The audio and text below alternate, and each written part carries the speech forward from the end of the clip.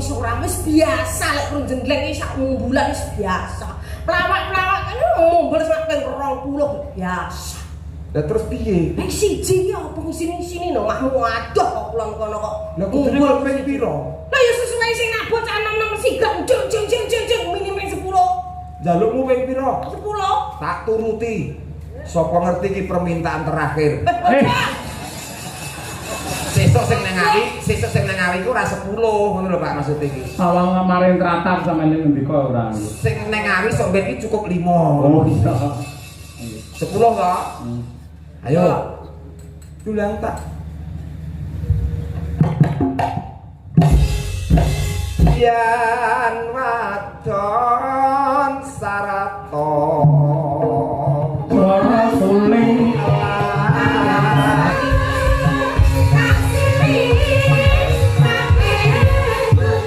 saben bengi Pak ning saiki wis tuwek iki 3 sasi pisan ora kesel Pak. tembang diprotes lho. Lah yo urung karuan 3 sasi pisan nembangke niki lho Pak. Oh iya. Nek dhisik saben bengi yo. Pak Lurah langsung gujeg ya karo Pak Dewan. Lah jenenge ngene, ya tra iya.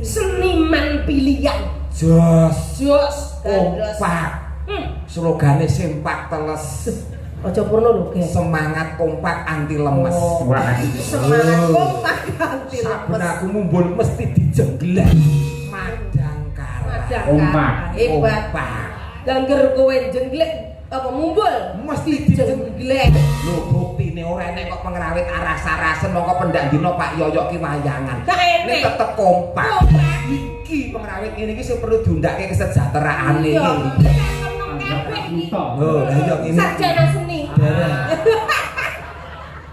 ora kompak rek non ora kompak yo biasane ngono kuwi Pak penyusup iso ngono kuwi Pak yen macan hamung karo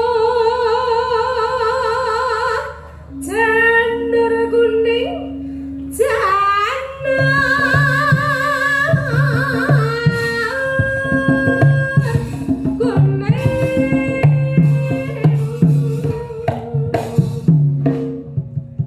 teh nono sak tekaku jenenge kompake madang karai yo ngene ndak ngumpul to oh aku rung ngumpul dijengglek telak padang lho rek yo wong jenenge wayangane teko esuk kok Pak alon-alon wong nyet wong tuwek iki rada suwe kok Pak ngetes Eropean iki seniman canggih kok ora mung aku tok Lus kowe mumbul mesti dijengglek Lus oh cacar sudeng lho karo aku mudeng iki ngono apa mudeng iki paham maksudnya lah iya maksudnya aku obak blang ngono iki pas kok lho kanca-kanca lah warga kene lak ora perso lah wis kerep ngono bawa mumbul pokok dhuwur gondelan kuwi wesi aja mudeng nek ora tak jambak tembok jambak apane kutu wirone iki nek romo yai Wirone.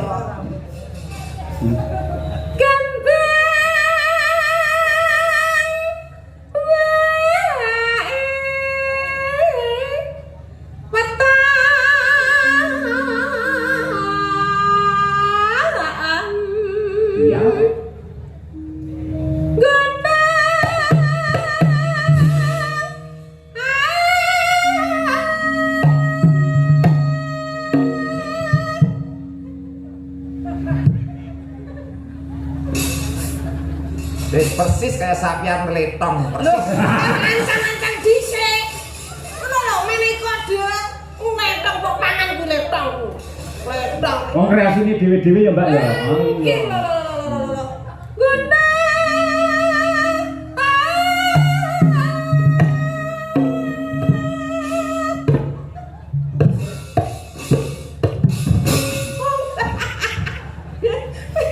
Yo ta, aku kepling ngono lho. Ya matur to, nyuwunmu ki sing kepiye? Matur sing becik karo kanca-kanca. Maksudnya ini lho Mas, lah aku mumbul ya kendang ana anu gareng ngono ki ditabuh bareng-bareng ngono lho.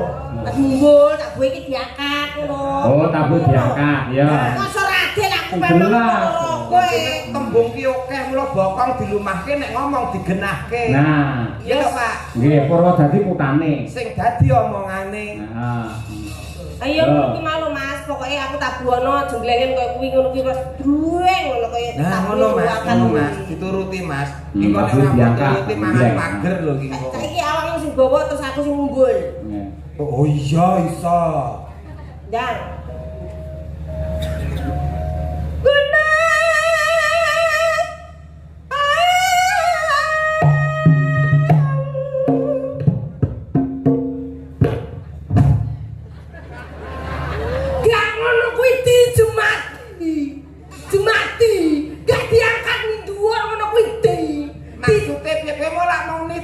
aku mumbul diangkat lak ngono to. maksudnya diangkat ning dhuwur ditabuh siji-siji koyo awakmu mau lho. Tabuh siji-siji, oh sing jelas. Wis. Unung, ya Pak Bale. Nuruti Ponorogo kok.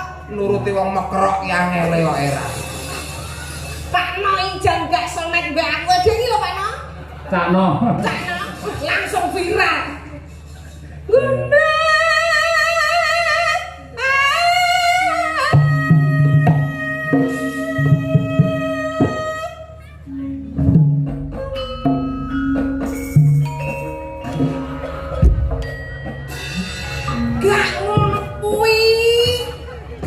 Jare ditabuh siji-siji.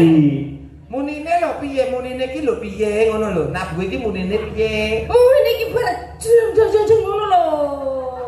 Muni ditabuh jreng ngono lho. Oh, ndak jreng. Oh iya. Aku wong Ponorogo ora adil. Turutan ora mbok turuti uda ning panggung wong iki. Aku dhewe kayak kesenengan kok ya. Ngono.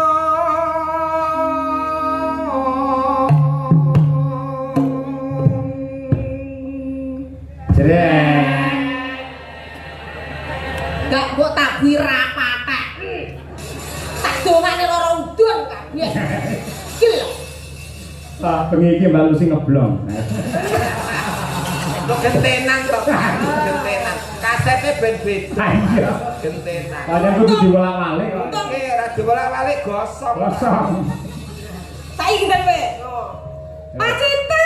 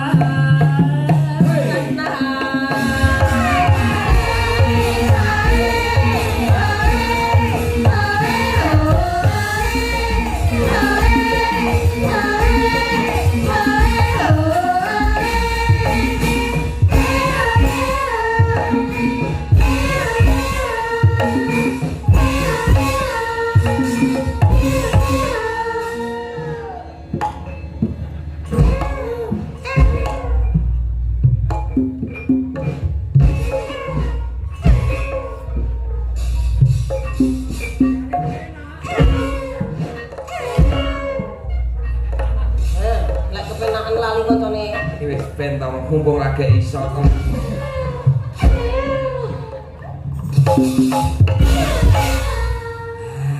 Ning Ponorogo iki kota santri. Kudune dhewe berkarya dengan penuh etika. Sampeyan njenjleng Mbak Lucy olehne aja didepne Mbak Lucy. Jenenge enggak sopan.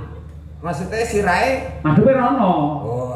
Ngono kuwi aja langsung madhep rene. Ayo. kok madhepe mriko ngoten to? Nggih, ayo. Ngerti to, paham to? Paham. Oke, Paham. Akhlakul karimah kudu dijaga. Yo yo. Yo, ndeblak kuntak. Yo, Ji, rok lu.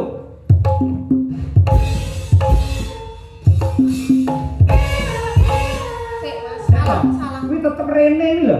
Kok ngerti to Pak jenengan bocah noleh? Lah aku nyawang kok kene kok yo. Ngene lho Pak. Sik mbok ngene lho.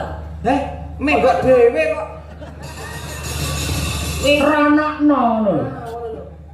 Ora peneran. Tuh tak ketuk. Delong. Deblak putra. Pak Ewo lak ngendika to. Heeh. Sirahe madhepe rono. Bener. Lah yo kula wis madhep rono. Lah kowe mengko rene iki lho. Iki sirah liyane. Iki sing luwih terginas nih sampean. Niki kan terkenal niki nopo pelawak yang paling energik. Oh. Nggih. Energi ki opo? Energi itu sing lincah. Lincah. Kerja omong. Kupinge ngomong Mas. Wong lek orang tak tidoni sindan orang semangat. Bar mangan apa to terus ambune kok badhek men. Gak terima badak. Lah dijak ngomong dijak ngendika Pak Dalang ora tak nyaut iki mang nyapa to jan gumun aku. Nyaut. Wong yo nyaut ngono kok. Sing energi kuwi alias lincah. Lincah. Ya, gitu. Panas.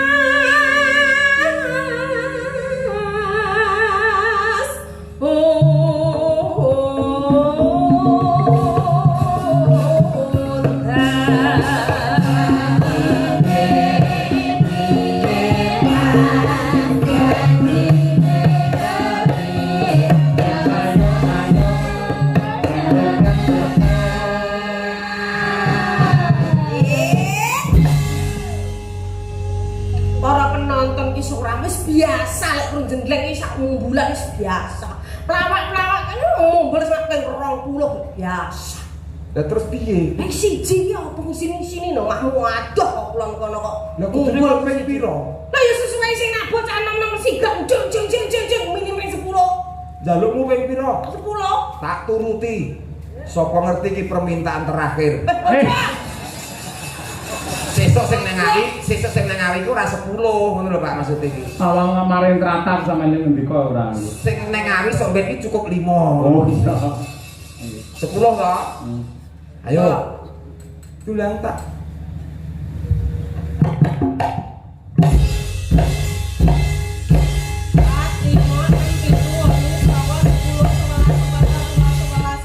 Kakean. Lah pinten iki mau? Iki 12 no. Waduh kokean loro, Pak. Nggih. Tak jikok loro, Pak. Apa enak jikok loro? Kok terengginas nang ijah. Masalah rupane kaya ngono tapi ya luar biasa. Heeh. Coba. Panas udan panas aling-aling capek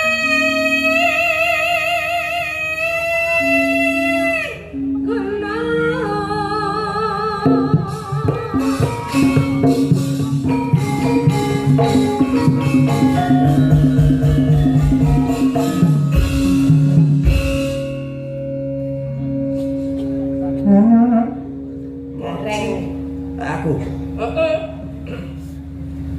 Nadyan wadon sarato Ora suling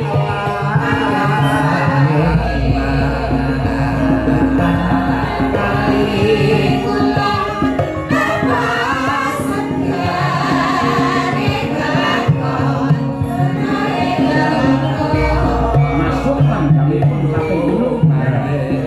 banyu